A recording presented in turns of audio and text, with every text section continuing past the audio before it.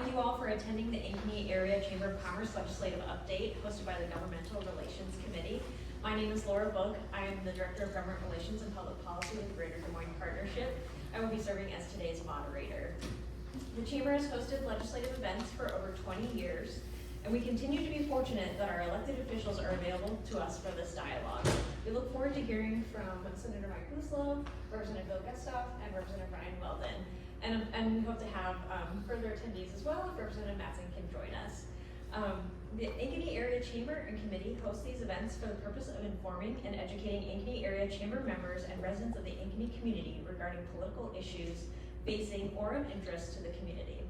It is also an opportunity for you to have one-on-one conversations with your elected officials following the session. Please refer to the flyer that was handed out today regarding the format. This update will follow the act of civility. Civility is the act of showing regard for others by being polite. Civility comes from the Latin word civilis, meaning relating to public life, befitting a citizen. In other words, being friendly and nice to everyone. I would like to thank the sponsors of today's event. The Legislative Update Series presenting sponsor is Viridian Credit Union, with today's Legislative Update sponsor being Snyder and Associates. Please help me in thanking these sponsors.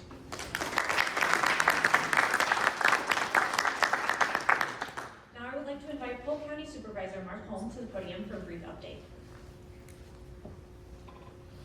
Thank you. Thank you everyone for taking time this morning to come and listen to our updates. It is important to participate in government, and I appreciate your time here today, which I will keep it very short. If you were here last time, I forecast a budget reduction at the county. I'm here to say promise made, promise kept. Tax levy for urban taxpayers will go down 10 cents. So for those of you who live within the corporate limits of Ankeny, you'll go from 671 to 661. I was getting ahead of myself. So 10 cents. And if you live in rural Polk County, you'll be seeing a significantly larger decrease from 11.11 to 10.90 or 21 cents. Over the next few weeks, you'll be receiving some mailers that are required under recent legislation. Those mailers will come out on 3/15/26. They will hit your inbox. I just want to take a stab at that and say that I hope that our legislators in the process of fixing House File 718 or 16, wherever it was, but built into that mailer, there's a false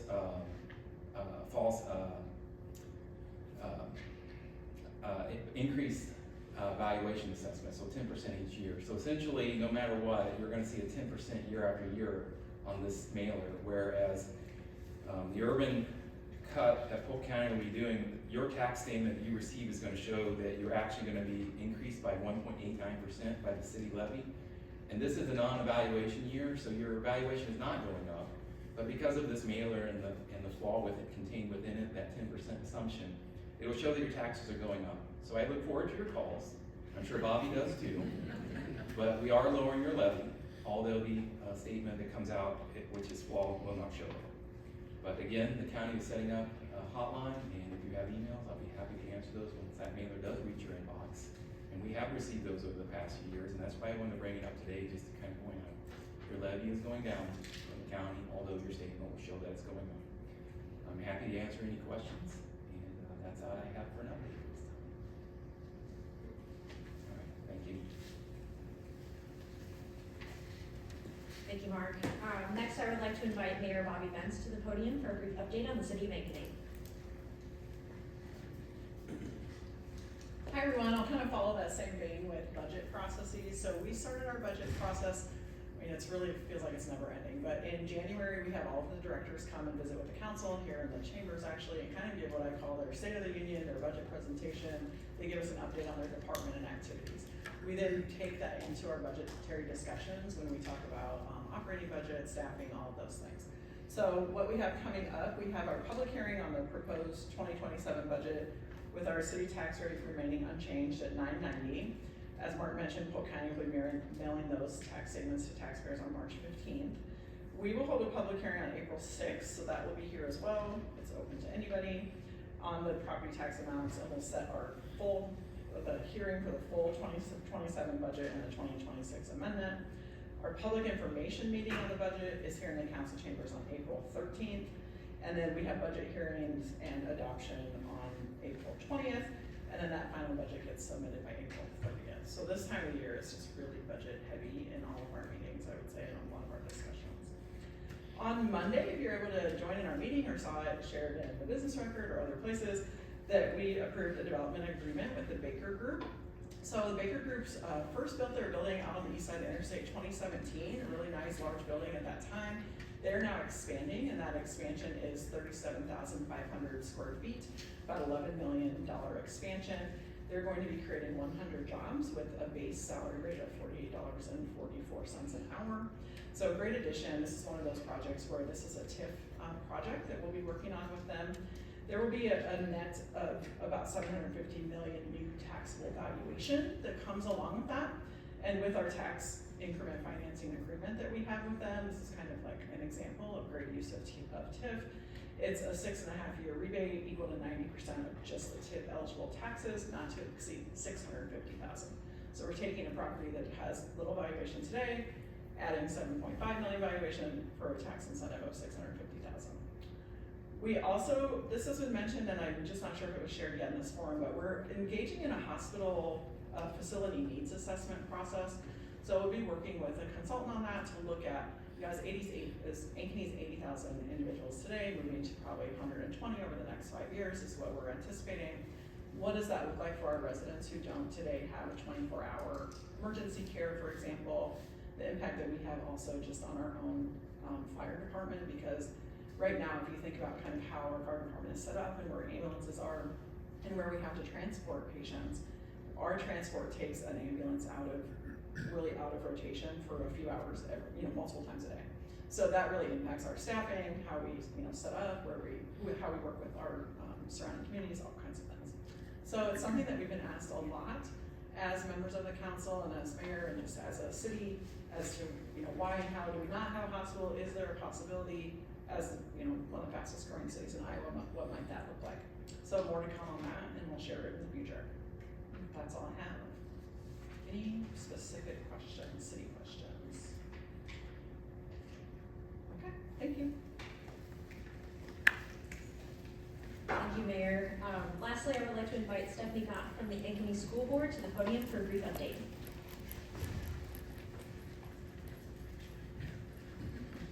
Thank you, and thanks for having me today. I've got about 5 quick updates to give you guys.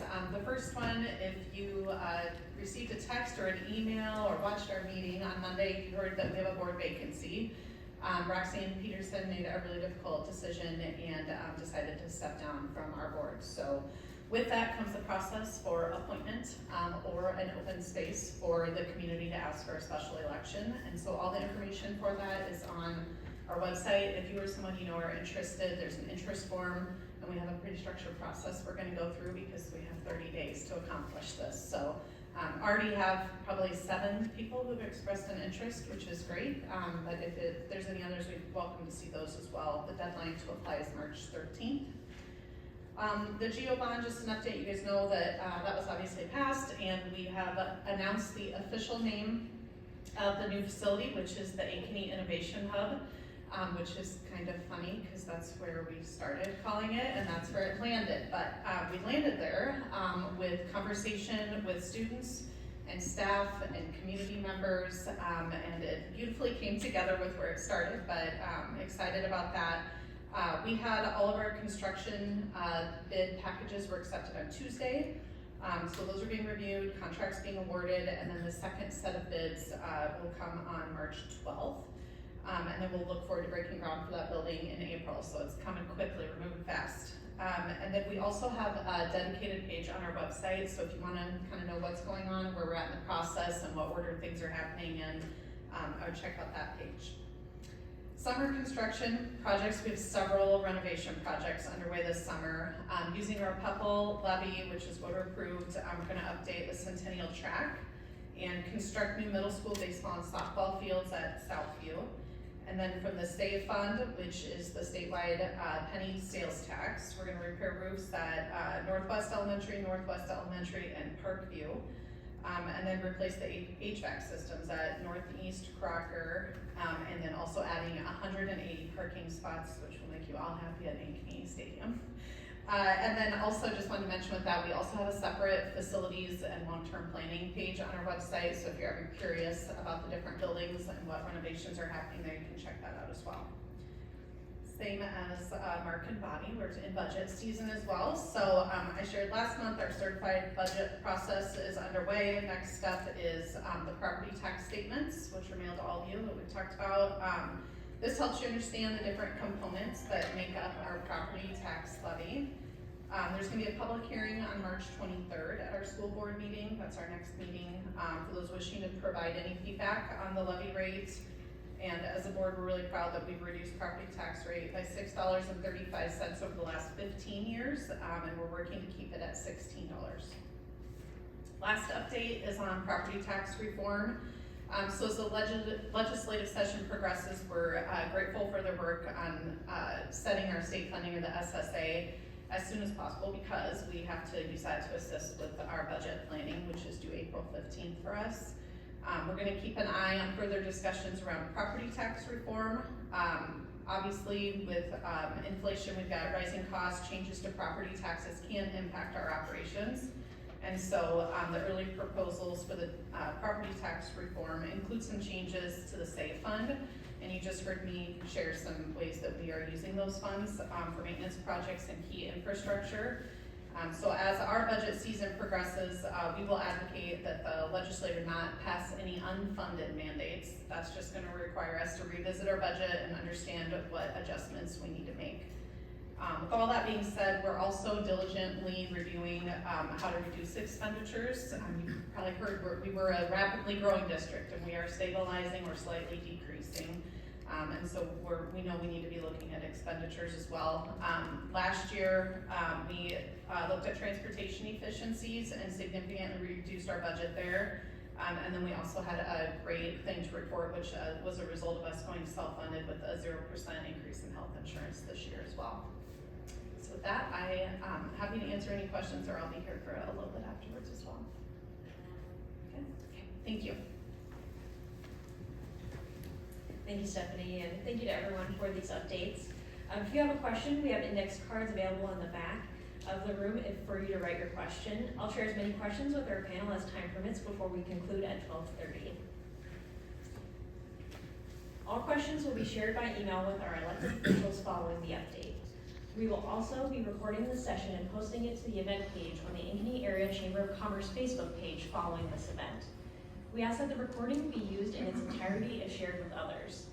Now I would like to turn the microphone over to our elected officials to give us a 2-minute update. We please ask if you keep it to about 2 minutes. We'll have Tony here holding up a card too as well, just to help you kind of keep track of time. So we'll go ahead and start with Senator Russo.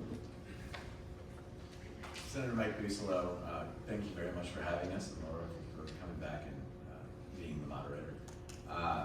Just as a reminder, I serve as chairman of the Commerce Committee, on the Ways and Means Committee, the Appropriations Committee, Judiciary Committee, State Government Committee, Local Government Committee, Vice Chair of the Transportation Infrastructure and Capital Expenditures Subcommittee, and serve on the Administrative Rules Review Committee. So staying very busy this session, running a number of bills and working on a number of proposals. You know, largely speaking, we're working on energy proposals that can help address energy costs for users, whether that's homeowners or businesses, and the production of that energy. Obviously, property taxes and trying to address the property tax system, that and the rates that homeowners pay and businesses pay, and then also just working through all the other litany of things that come before the Iowa State Legislature, which can be as exciting as nuclear energy and as mundane as car sharing services and insurance required for Turo. So we're working through all those bills and just pleased to be here. Look forward to the conversation. All right, Bill Gustav, House District 40. Again, that's, I know many of you have been here, but some may not. That's all about Altoona, a little bit of southern Ankeny, south of Ore Labor, east of 2nd Avenue roughly, and then part of Sailor and Delaware Townships. I'm chair of the Ethics Committee, which unfortunately has had a couple meetings this year. We don't want any meetings at the Ethics Committee, but there are a couple of things we're dealing with, small things. On Judiciary, again, Public Safety, I'm new to the Ways and Means Committee this year, and I'm on the Infrastructure's Appropriations Subcommittee, so kind of a busy agenda for committees, at least especially before the first funnel. As one of those lawyer legislators, I find I get a lot of bills assigned to me. Looks like you know, law and order is the order of the day for me this year. I'm dealing with some bills on that. Age verification, we'd all like to protect children from predators on the internet, so I have a bill that I introduced on that. That's based on a Texas law and Missouri rules that have passed U.S. Supreme Court scrutiny and didn't go too far, but that's running parallel with another bill that's maybe coming back from the Senate. So I imagine we're gonna do something with that this year. I'm running a bill that the AG requested on sexual abuse victims' rights, protective orders and things like that. So just again trying to make sure we're keeping people safe. Related to that is something called Katie's Law that I spent a lot of time on this week, and that would allow us to collect a DNA swab from people who are arrested for violent crimes, felonies in the state. We joined 32 or 33 other states that already have this law, and we built in some extra due process protection into that by making sure it's expunged if you're not found guilty. But it helps us find. So, for example, Texas passed this law years ago, and the first year they passed it, they solved 1,005 cold cases because these people. So it's hard to get exact numbers, but it's about 6% of the population in this country commits somewhere between 60 and 85% of violent crimes. So we're trying to get those people. We're trying to get with that.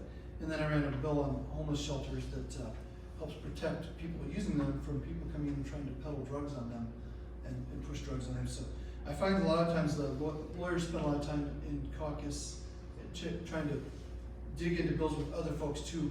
So on that bill, it wasn't just with my caucus members. I spent a lot of time explaining what the bill doesn't really do. So, but good to be here. Look forward to your questions. Thanks. Hi everybody, Representative Heather Madsen, House District 42, which is of course about half of Ankeny in the Iowa House. As I'm sure you all know, spend most of my time focused on education, and I was thinking about giving an update on school funding, but I'm going to go out on a limb and say that's probably a question because it is a question every single time, so I will save that. If it's not, Laura, please let me know. The other thing is just kind of like things coming up. One of the bills that I want to say the number is HF 2538, please forgive me if I'm wrong, that relates to school discipline, was supposed to be on the debate calendar this past week. It is going to be on next week. I'm really proud to have worked really hard with the Republicans on the Education Committee that are running this bill to come up with some amendments that we can all feel good about, and that feels really good because it's not always how it works, and so I will look forward to talking about that with anyone who does want to talk about it. But it's basically making sure that our teachers are protected in the classroom. That is not the case everywhere, and it's really important that we do talk about this and address it. I mentioned before doing a statewide education listening session, and that is an issue that came up everywhere. And so I'm really glad that we're working on it, and that the bill as it was originally proposed and then amended in committee, which I could not support, is going to look a lot different when it gets to the House floor. So I'll look forward to answering questions. Good afternoon, Ryan Weldon, House District 41, just north side of Ankeny. Just want to take a moment to say thank you to the Chamber, to our City Council, to our Mayor, and to our County Supervisor. I really appreciate the collaborative work that we can do together, and obviously Ankeny being one of the fastest growing, most sought communities in the nation, it doesn't happen by accident, it happens by intentional effort, and it's because of the people in this room. And so I just want to say thank you and recognize your effort does not go unnoticed. My committees that I'm on this year are the Vice Chair of Appropriations, the Vice Chair of Economic Development Appropriations. I'm on the Health and Human Services Committee, Labor and Workforce, and Economic Growth and Technology. So what that means is I've been focused on workforce, education, how workforce and education tie together, healthcare access, and really just trying to do everything I can to keep Ankeny competitive and fight for that. And maybe sometimes that's how us at the Capitol can just get out of the way. So just some things that I've been able to work on that I think kind of affect Ankeny. One bill is for child care workers that work 32 hours a week or more. we passed a bill that allows them to apply for CCA, child care assistance. So basically, if their child's in daycare as well, they can have that child's daycare paid for through CCA because they work in a daycare. And so that's something that we've heard as a pilot program right now, but now we've passed it, so that would be codified if signed by the governor. And so I had one daycare owner that told me it has benefited them to the tune of $170,000 in revenue this year. And so keeping that pilot program going and codifying it is really impacting them, and I think it impacts everybody. Here in Ankeny, passed a bill for child care, or I'm sorry, it's telling me to stop, so maybe it'll come up, but that's what I've been working on. If you have like 10-second wrap up, you can do that real quick. Okay. Thank you to all for answering or doing those opening statements. We'll go ahead and move into the policy question portion of our meeting today. So we'll start with Representative Gustav and then do the same order again as last time. We'll sneak around. So we'll start with a question on our community colleges. What is your position on community colleges offering 4-year degrees? Opposed? Oh, and just to note, we'll be doing the same kind of timing for these questions. Yeah, so I voted against that bill. In fact, I spoke against that bill, and I have reasons for it. I love community colleges. My wife's a Kirkwood graduate. 3 of my kids went to DMAC or took classes at DMAC. My mom's a Kirkwood graduate from years in the past. And I used to do some plan giving work with Indian Hills Community College. So I think community colleges are dollar for dollar some of the best return on investment for the education you get in post-secondary education. But their mission was always to be a post-high school, pre-4-year degree institution.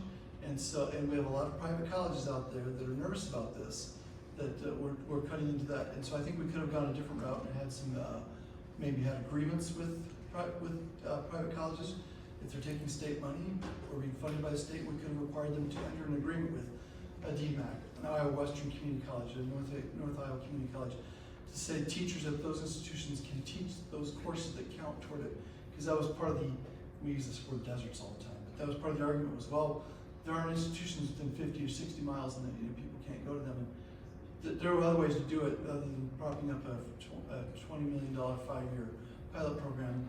And if it's a pilot program, you could have a student 1 or 2 years into a program and now it's gone. So I didn't like the bill. So thank you. I did vote for the bill this week. I actually feel really good about it. I know, I should mention too, that this is a bill that knew no party boundaries. It had bipartisan support, it had bipartisan opposition. It was a very close vote. The reason why I felt comfortable with this bill, because it was very narrowed in scope when we voted on it in committee. And the initial version of it was a free-for-all. That was not gonna be okay. The version that passed is that it is only 5 community colleges that are able to offer it. DMAC is not one of them. They are located in areas that do not have another university really close by. The rules on it are 8 very specific degrees that are workforce related that there is a big need for in the state. And also a community college, one of those 5, cannot offer the same degree as a university that is within a 50-mile radius. And also they can only offer that degree from their main campus. So it really narrowed it in scope a lot. I think we need to acknowledge that sometimes times change a little bit, and our community colleges have changed dramatically over the last many years. Recognizing that is important, and I'd also say that this is about students, and the vast majority of students who would be accessing these degrees, should a community college actually even choose to stand them up. There is nothing in this bill that requires them to do anything. It is just allowing them to. There are students, especially non-traditional students who are older, who are place-bound. They don't have the opportunity or the means to go somewhere else. financial need is incredibly important too. And so, given all of that, I felt comfortable with the bill. And that said, I mean, it passed the House, like I said, very narrowly. I have absolutely no idea what the possibilities are in the Senate for it moving forward, but that's how I got to a yes on the bill. Yeah, I'll do my best not to repeat anything, but I'm not sure if you mentioned it, but another parameter of this is they can only offer 3 4-year degrees. So that it's very narrow in scope, and that this is a really difficult vote because I had we have locally we have a 4-year private Christian Faith Baptist college, and I was talking to a representative from there, and I asked, and I was like, well, why does this affect you? Like, what is it that gets you heartburn about this? And they said, well, a lot of our students come from Creston. Creston happens to have one of the community colleges that would qualify for this. And so, there's a lot of factors that really go into this. For me, I'm a big competition supporter. I believe that competition breeds excellence if approached in the right way. And ultimately, I think that this bill, if there's a college if there's a 4-year or a private university that has to compete with a community college now on a 4-year degree, I believe that that's going to make them better. But I also believe that every university or college exists because they serve a specific niche. And so it's really easy to say, well, a lot of our kids come from this area, so that means we're not going to get any kids anymore from this area. And I just don't know that that's not been borne out historically when things like this have been done. And so it was really difficult. I did end up supporting the bill. There was only 55 that supported it, and so it was very bipartisan. I find myself in a precarious situation, being on the other side of a vote from Representative Gustav and Representative Mattson and I agreeing on a bill. So here we are. It's possible. You're totally wrong. Just kidding. Oh, We had a good debate. stability, Bill. Stability. So I don't sit on an education committee and have not reviewed the bill.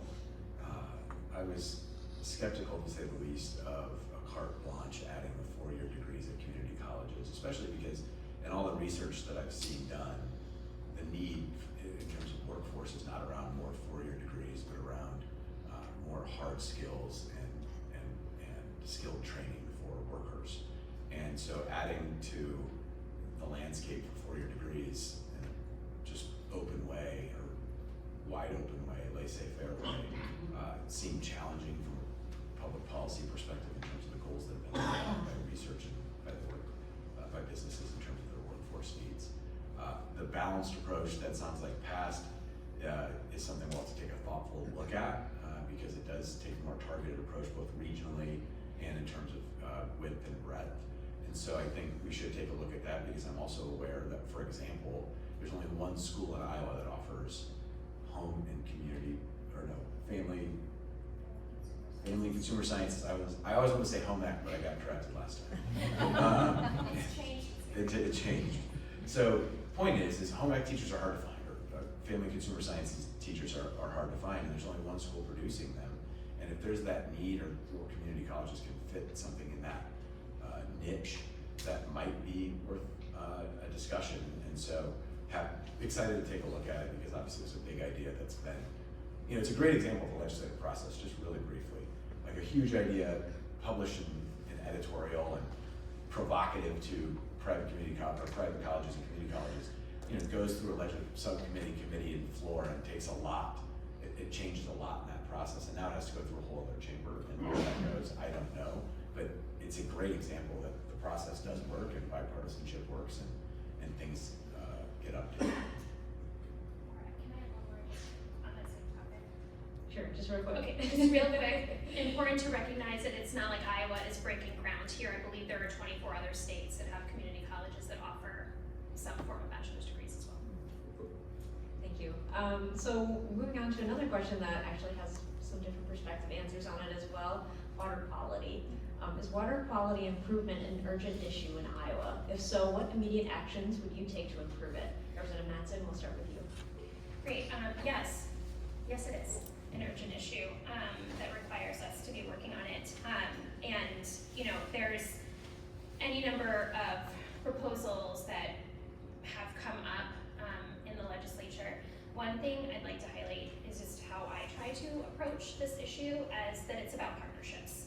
Is that there is not a farmers are wrong, people in urban centers are right. People in urban centers are wrong, farmers are right. Like this is an all Iowa issue, and the sooner we get on board with that, the better. But I would like to acknowledge that there are a number of issues that Iowa House Democrats have put out policy proposals on, and water quality and clean water is one of them. So this session, we have introduced the Iowa Healthy Water Act, and that includes a number of things. First off, funding a $600,000 statewide water monitoring program. If you do not know where the problem is or what it is, it's really impossible to fix it. Tripling state funding for Iowa's nutrient reduction strategy, creating a clean water tax credit for farmers, establishing the Iowa Clean Water Certification Program, and creating the Iowa Water Quality Loan Program. So I would encourage folks to check that out just to get a sense of what our approach is on that issue, and really focusing on the fact that this has to be a partnership if we are going to make progress, and also being willing to acknowledge that there are actual problems that we have to address. Yeah, it's definitely something we need to address. You know, I agree with the partnership. It's not an urban or rural problem. It's an Iowa problem. Now we have the NRCS that has been trying to tackle this problem for the last over a decade.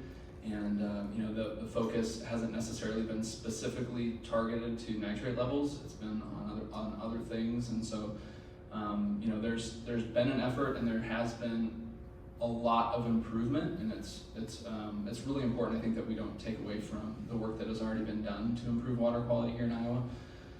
And so I'm going to take a little different approach because I have had the opportunity to meet with some folks from Iowa State who are working on innovative solutions to farming, and so their approach is it's probably a little more long term, but I think any innovation now could be within a few years, given where we're at.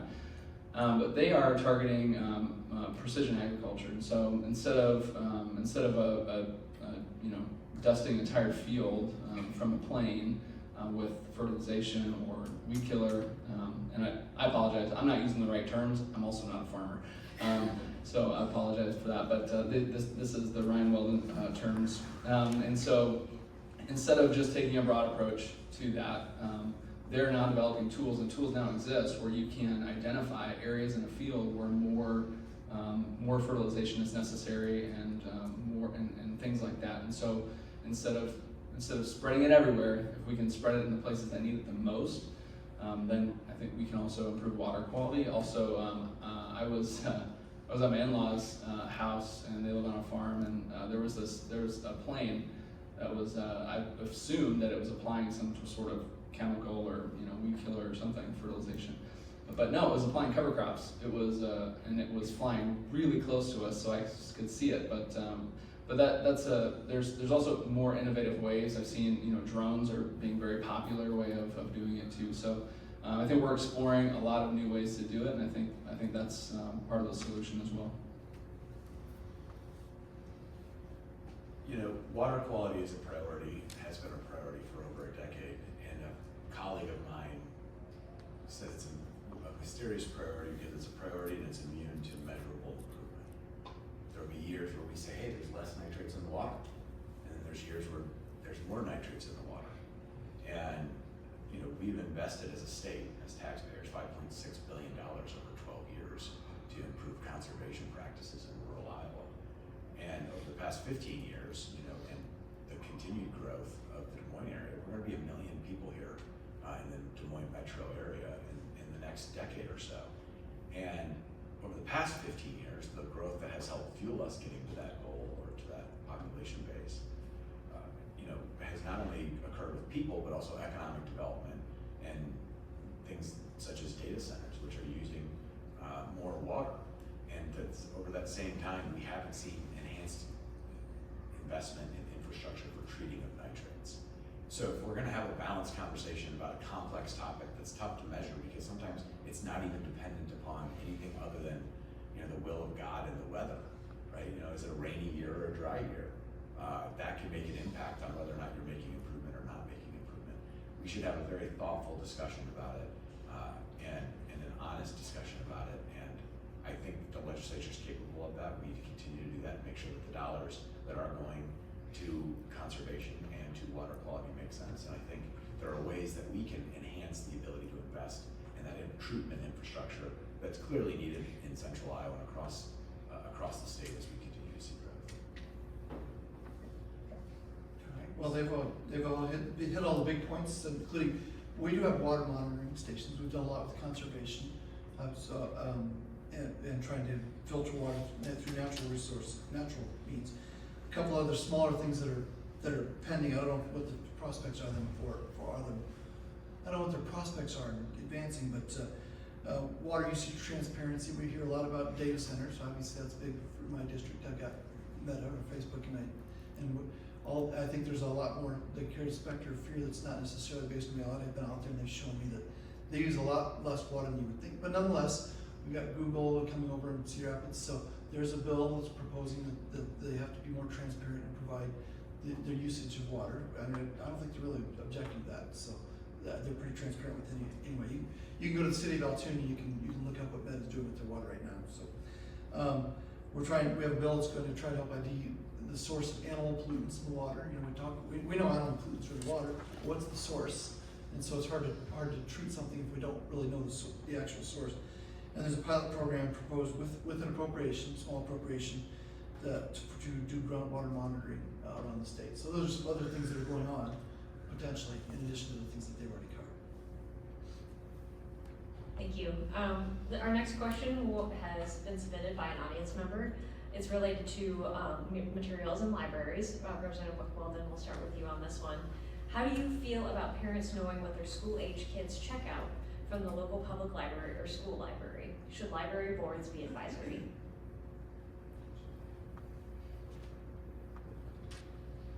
Trying to collect the many questions within the question. And so I think from a public education standpoint, I don't think that it's inappropriate for a parent to know what their child is checking out from the public school library. Obviously, public libraries are different than a school library. I do wish that we had, back when I was a kid, there were age-appropriate sections in certain places, like video store, like Blockbuster. Do you remember Blockbuster? There was a part of Blockbuster, that was behind the curtains, and everybody knew it was back there. And I think that there's, I think that age appropriateness is something that we need to discuss. And I think I'm trying to remember the question still. So as far as the parents, I think that from a school perspective, I support that. From a public library perspective, obviously people can get a library card, and parents know their kids are coming to the library and what they have access to. What was the second part of the question? The second part was whether library boards should be advisory or not. I don't really have a very good insight into whether they're advisory or I'm not sure what that means. Can you elaborate? My assumption is that it is based on whether a library board should be just serve an advisory role, or do they mandate what materials can be in the library? I would have to do more research on that. That's not something that I'm a subject matter expert on. I echo Ryan's comments. My hope is that if a child is checking a book out of a public library, the parents are engaged and know what kids are looking at, generally speaking. And I don't know what the hurdle would be to at least having parents have access to what their kids check out or think that is inherent when the kid brings it home. So this is a topic this is the first time I've ever been asked about it, and I don't know much about it like Ryan. I don't know. I just asked Bill quietly. I said, what role do the library boards play today? Is it advisory or dictating, or, it's just something I would have to look at. I don't know if there's a bill moving through the legislature. I'm just not, familiar with the topic, but happy to learn more. So, on the parents, yes, absolutely, parents should be able to know and monitor and be in charge of what their kids are learning and have access to. But on the library board itself, I don't know for sure whether they're currently advisory or beyond that. Basically, I'm a nonprofit lawyer, so I'm gonna go, and a corporate lawyer, so I'm gonna go from the perspective of whoever's paying the bills in regards to fiduciary duty should not just be advisory, they should be making the decisions, because they have the fiduciary duties to do that, so I suspect what we have is that cities are paying the budget, they're paying for the libraries, and in that case, if the library board is just handling money that's paid for by another entity, and they're not one, and I think they're appointed. I don't know the answer, but I think they're currently appointed by the city, and I think then that they should probably be advisory because they're not elected position, if that's true. There is a really big bill going that has gone through local government, and that's where this is really kind of stemming from. So the Library Board of Trustees are appointed members. Yes, it is a department of the city. However, the Board of Trustees and the library staff work incredibly diligently to make sure that materials are appropriate. They are, that parents are involved, and I think it's really important to kind of take a step back about what it is that we're actually talking about here. In my opinion, there are a number of bills that have been proposed over the last few years that are, to my mind, sowing fear and division where it doesn't need to exist, and trying to have solutions to problems that are not actually problems. That is my opinion. I have concerns about the Library Board of Trustees being an advisory component as opposed to the role that they play now for a few reasons. Number one, does the City Council really want to take on this responsibility? City Council members already have a lot on their plate to deal with. And the way this bill is structured is if someone is complaining about a book, instead of it being dealt with through the trustees as it currently is, that would have to go to the City Council to deal with. Is that really what we feel is appropriate? Is that actually a good use of the City Council people's time? I don't think it is. I also have not gotten the impression that there are city councils from across the state that are clamoring for this responsibility. And thinking about just Ankeny has, because I of course looked it up, over 150,000 printed materials just in this library, plus over 70,000 multimedia pieces. The folks who work here are capable of doing it, and I will just say one more quick thing, is that every parent has the ability already to know what is going on with their kids and the books that they are taking out of the library. When my kids were little, I solved this problem by going to the library with them and checking out books together. I'll just mention, it did not move through local government in the Senate side. Yeah, it's just a house bill. Yeah. Yeah. So, pardon my ignorance. And we're covering kind of a broad range of topics here, so we appreciate your patience as well. So speaking of topics that we can't avoid this session, I think, property taxes. So we'll start with Senator Mike Buslow again. How would the proposed property tax reform proposals impact a growing city like Ankeny? I know there's three, so you can take your pick or answer all three, but. I'll just answer with, the answer is it depends, and it depends on which of the three proposals makes its way through the process. And I think what we'll see in the end is an amalgamation, of parts of each of the three that make the most sense. Certainly there are different goals for each of the proposals, but the goals are meant to accomplish some of the concerns that have come up from Iowans. Those concerns are multifaceted. First, there's the concerns that local governments over the past decade have seen an increase in their budgets of 110%, or in terms of property tax revenues, 110% growth over 10 years. And that there is now, local governments on a statewide basis are taking more property tax revenues in than the state takes in its own general fund. So those are major numbers that are hitting homeowners and businesses that can be an impediment to investment and growth for folks. And there's always that example I've pointed to many times before of the child care facility just down the road from here, who saw their property taxes increase from $91,000 to $105,000 in 1 year. That's a child care facility, and we have folks saying, well, why is child care more expensive, or why are there less slots, or why don't we have teachers? And, property taxes are eradicating. That's going to get paid for by higher fees from folks, less increases for teachers, or less ability to pay a new teacher. And that's the practical outcome of that. The other side of it is, we also know that there's always that expectation of, I want services from my local government, but I just don't want to pay for them. and I, that happens, I think, probably at every level of government. It sounds like it happens at the local government, it certainly happens at the state level, and I imagine it happens at the federal level.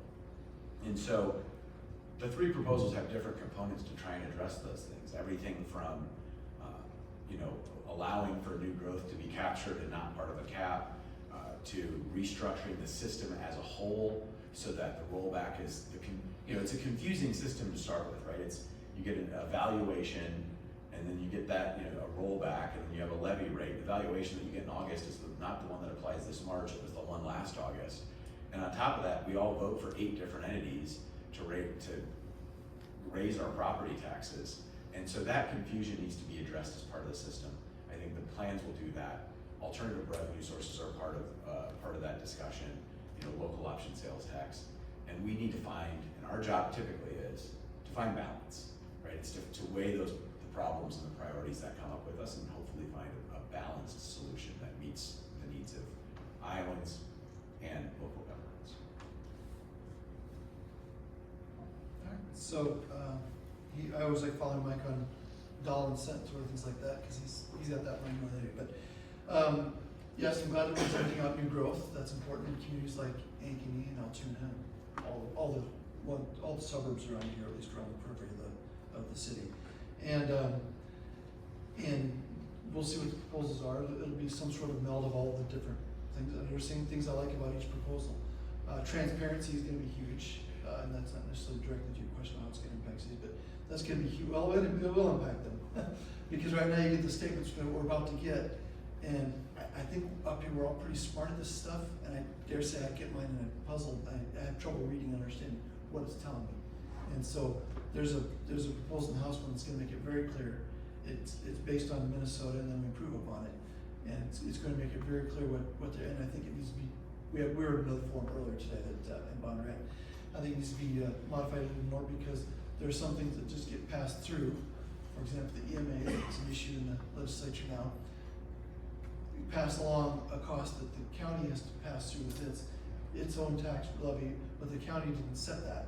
So that needs to be broken out so that people can know who's spending their tax money and how much they're spending. I think what's going to require us to do is prioritize services, as Mike said. Well, everybody wants all their services, but does the city need another splash pad? Are you willing to pay for that? I like bike trails. I love to bike. My wife and I bike all the time.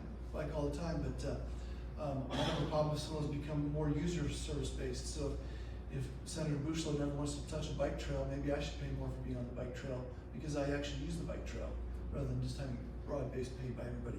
There's a balance there, because we want to have amenities to draw people as well. So, but those are some of the things it's going to do. It's going to change our priorities, make us prioritize, make us budget more tightly and more fiscally conservatively with the dollars we have. But we just can't have revenues outpacing inflation. I'll start by saying that I don't serve on Ways and Means. I am not an expert on tax policy, but obviously it is a big deal and I do care about it. So, a couple things. One, I know that there is legislation, I think it's been alluded to, around the kind of transparency piece. Like, what does that document look like? My understanding is that the way the law currently exists, there's like one way you can provide provide the information, which isn't particularly clear and certainly isn't compelling to look at. And I know that I believe it's League of Cities have brought forward legislation to make that a little bit more visually compelling and better explained. So certainly that's a great idea if we're going to talk about the transparency component of it. When it comes to growing cities like Ankeny, I am nervous about the proposals that have come out that could very potentially limit growth with caps. And I understand there's different conversations around caps on new growth versus just overall caps. So kind of putting that aside a little bit. My understanding of Ankeny's budgeting process is that it is already very conservative, and I worry about cities like Ankeny being penalized when they shouldn't be for already doing a good job. And I think one thing that's been really interesting are the conversations lately about, or what I have heard just kind of out in the world, of having more explicit conversations of this is what your money gets you. And that the services that you have come to rely on, the great amenities that we have in this town and that other towns have, aren't free. They don't just appear, and they aren't just maintained magically, right? Like that is, it takes resources to do it, and we live in this town for a reason, and I want those things to be able to continue. So I think being able to have those very specific conversations of, would you rather have this picked up or save a few cents over here? That's really important. And I also just want to make sure to say that what worries me a lot of times in these conversations is kind of like this assumption that cities are just sitting around gobbling up money, and I don't think that that's true. I really do think that cities are doing their absolute best. And I will say, but I've run out of time, but Iowa House Democrats do have a proposal on property taxes. Come talk to me about it afterwards. Okay, well, back to Mike's point about not being able to keep up with every bill. I would just tell you in the House this week, we have considered about 108 bills. Oh, man. Yeah, So so anyway, bro. get ready. So yeah, sorry for the ignorance. Sometimes it's hard to keep up. I think from a property tax perspective, you know, I agree with Stephanie, and you know, the save portion of the school budget, that's really important. So I would rather not mess with that. I think, you know, to the mayor's point about how Ankeny uses TIF, Ankeny's a really great example of how to use TIF wisely, and I would not want us to infringe on that. But you know, from a transparency perspective, you know, trying to come up with something that hasn't been said yet. Why is transparency important? Well, and this is from the Ankeny City Guide. There's 9 primary taxing authorities. There's school district, the city, Polk County, Broadlawns, DMAC, DART, county assessor, the ag extension, and ISU in the state of Iowa. If you didn't know that, it's because our taxes aren't transparent enough. And if we know where our tax dollars are going, then we can start advocating to the places that maybe we should be advocating towards, instead of, and I'm putting myself in this, you know, bucket, instead of just complaining to the places that are obvious. You know what I mean? And so I think that's why that transparency piece is important. But you know, the House plan is simple. It is probably the most simple plan that has been put forward, and I've heard from schools and other folks that, you know, simplicity is something that they prefer, but it does include that transparency piece, and that's why I think that's important. I think we all would agree that when it comes to looking at the cities in and around the state, Ankeny does pretty well. We appreciate that. Thank you. So, you know, if we're looking at the bad actors, Ankeny's not top of the list. So. Thank you. I know that's a pretty complex question for 2 minutes, so we appreciate that. We'll transition next into another question from the audience. We'll start with you, Representative Gustav. What is your position on holding a convention of states? I'm an advocate of that, and I believe especially the proposal that's in several states now, the main one would limit it. So it would call a convention, have Congress issue a call for the states to have a convention to discuss spending limits on Congress, to discuss overreach by federal government on 10th Amendment and other issues, and it would discuss term limits, which isn't the most exciting one to me. I don't plan on being there a super long time, but people want to discuss it. It's like a 79% issue that people want to discuss term limits, so we ought to have the discussion. So the Constitution provides in Article 5 2 ways to amend the Constitution.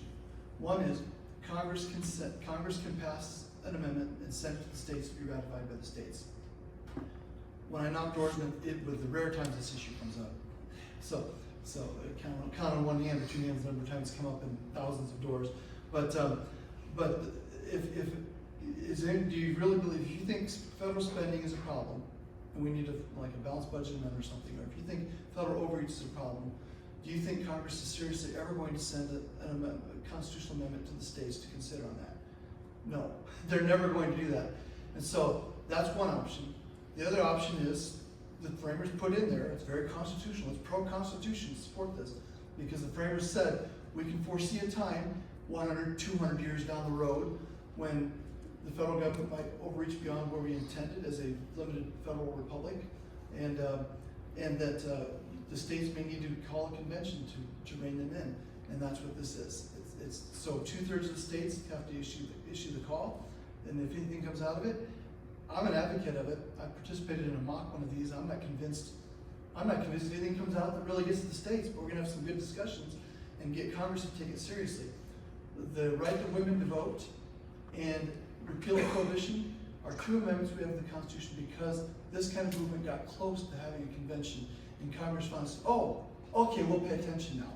So if we want these issues to come, it's what we're gonna have to do, because there's no other option to do this. Otherwise, we're gonna die a death of 1,000 cuts and bleed to death with our overspending and everything else.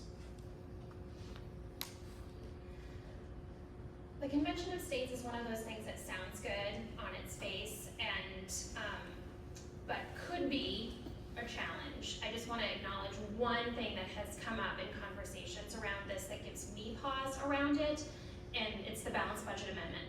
Of course we want balanced budgets. Like, I don't think anyone disagrees with that premise. We obviously do it under our Iowa Constitution, right? So I think it's important to acknowledge 2 things. One, the federal government's a totally different situation and needs to be able to respond to emergencies. There's so many different factors that have to be considered. But very specifically, I want to acknowledge Social Security.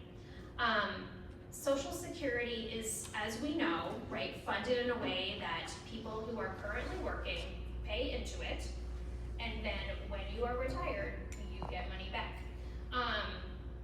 It is not a balanced budget type of thing, right? It's not just a very even in and out kind of situation. And I worry, and I do not think that this is the intention of the Convention of States, to be clear. However, there has to be an understanding of that unintended consequence around, if there is a balanced budget amendment, how that would actually impact something like Social Security. So that is what gives me pause about the Convention of States.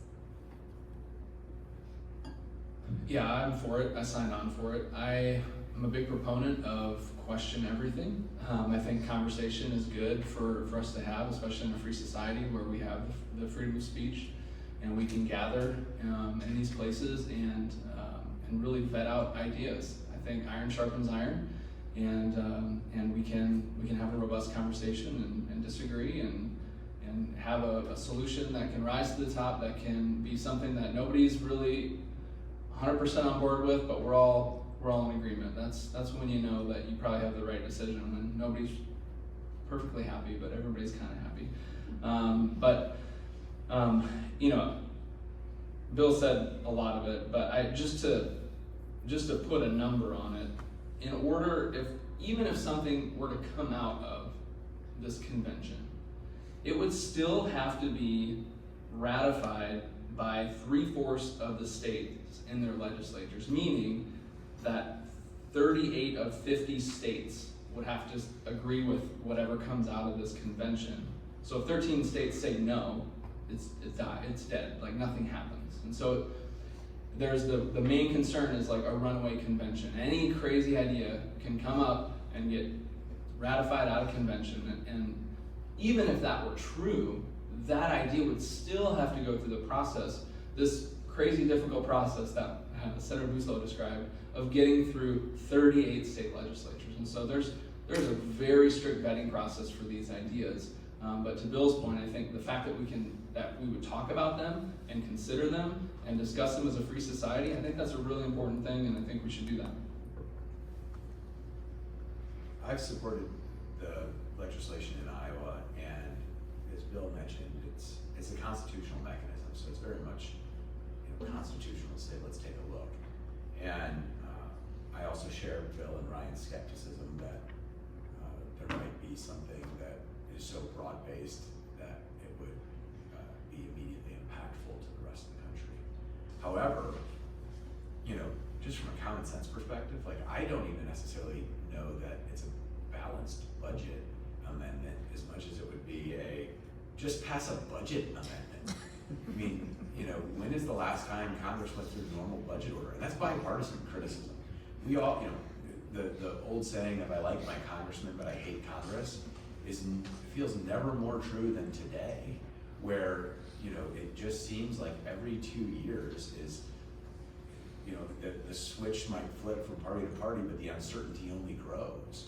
And I think that that's bad for democracy. I think that that's bad for citizens and accountability, and I think that that's bad for the growth of our country in terms of economics, because, or maybe it's good, I don't know, but because it makes Congress at times irrelevant, and then they act too harshly, and that happens on both sides, bipartisan.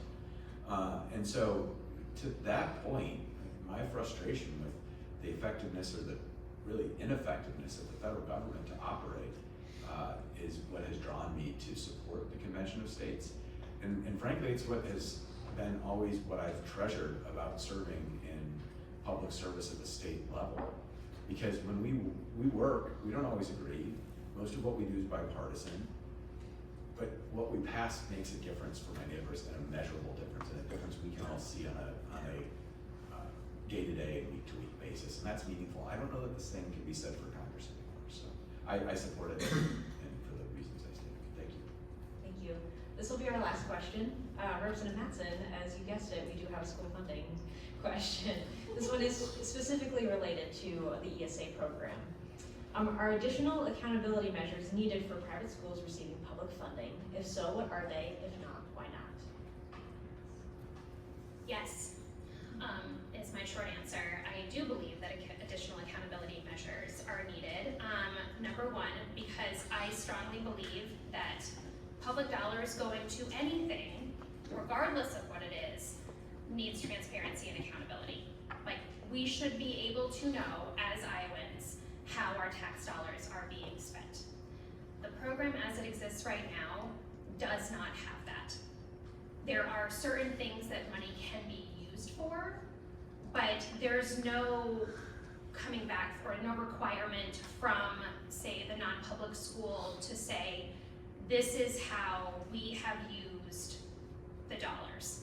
As compared to any public school has to show their budgets, they have to show exactly how every dollar has been spent, and that's the right thing to do. So I do strongly believe that if we are going to, as we apparently currently are doing, funding some aspect of private schools through the voucher system, it needs to be transparent and accountable. So we do have legislation out there that provides some of those things. And I also, the legislation that I put out there also would require the Department of Education to provide some feedback on whether or not the reasons why a family is accepting a voucher or an ESA, whatever you want to call it, as well as if they accept it and then change their mind, what's their reasoning? If the school does, or if they choose to go back to a public school and no longer use that money, what is the reason? And I think this is important, not because I think I'm trying to play some kind of gotcha politics, that is not it at all. I want to understand why it's not working for them, right? If you are going to go to a non-public school and it's not working for you anymore, tell us why so that we can better understand. And so I think that's also part of the conversation. Well, I don't think accountability is bad in any way, shape, or form, especially when it comes down to our taxpayer dollars. And so I think it's a pretty wide brush to say we need to audit the ESA system. And what does that really mean? I think should be the next logical question, because the only state tax dollars that private schools are getting is the state supplemental assistance money. And like, that's not enough money to educate a student. I think the current figure for Ankeny Public Schools is that it takes around somewhere between $17,000 and $18,000 to educate one student on average if you were to aggregate it. Now obviously there's exceptions, but that's an average. And so, are private schools more efficient? I don't know. But let's just say they're the same. So that means that a private school has to come up with the rest of the money in between the SSA, which is around $8,000, and whatever else they have to do. So they have to fundraise, they have to charge tuition, they have to do all those things. So if we're going, when people ask this question, I just want to make sure that we're all under the same assumption here, that we are just auditing the property tax money and not everything that a private school is spending money on. Does that make sense? Because they are a business that is out there and it operates different than a public school. And so I think that there's sure accountability. I'm not afraid of accountability. I don't know that there's a private school that's afraid of accountability. I think what we need to make sure is that we're auditing taxpayer funds, and that's it.